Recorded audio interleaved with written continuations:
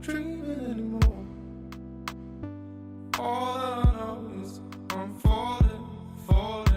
Hi, I'm John. I'm a chemistry graduate student at UCLA, and now in this video we're going to be going over some chemistry topics. Hope you find this useful, and good luck in your course. Okay then, so to just wrap up this video, again, as I've said in some of the other ones, solving for molecular structures or molecular formulas based on mass spectra can be found in another video in conjunction with looking at IR and NMR data as well. So this is just the backgrounds, just some of the theory here. So as a summary, the mass spectrum is the plot of relative ion abundance versus mass to charge ratio. The base peak in the spectrum is the most intense peak that you find. It doesn't necessarily have to be the molecular ion peak. The molecular ion itself is a radical cation derived from the parent molecule by loss of just one electron. Another thing that you should keep in mind is the difference between low resolution versus high resolution mass spectrometry. Sometimes simply based on the different molecular formulas. If there's a difference of just one carbon or one AMU, then you can use low resolution. However, even as we saw, distinctly different molecular compounds can have the need for high resolution mass spec simply because they can add up to very close to the same number. So in the spectrum, an M+1 and higher peaks, M+1 and M+2, are caused by heavier isotopes.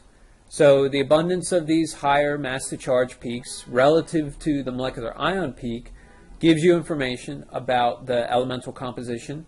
So the presence of a single chlorine, for example, is indicated by an M and an M+2 peak in a ratio of 3:1. The mass spectrum of a compound typically consists of a peak for the molecular ion and a series of peaks for fragment ions after that. So the fragmentation pattern and relative abundances of ions are unique for each compound and are characteristic of that compound. So fragments that are formed by cleavage of one bond have odd mass if they contain no nitrogen, and they're formed from the cleavage of two bonds, then they have an even mass. So that's referring back to the nitrogen rule that we established earlier. Many of the observed fragmentation patterns can be understood in terms of the relative stability of the carbocations, and so that gives rise to the difference in your spectrum for branched versus unbranched alkanes, for example.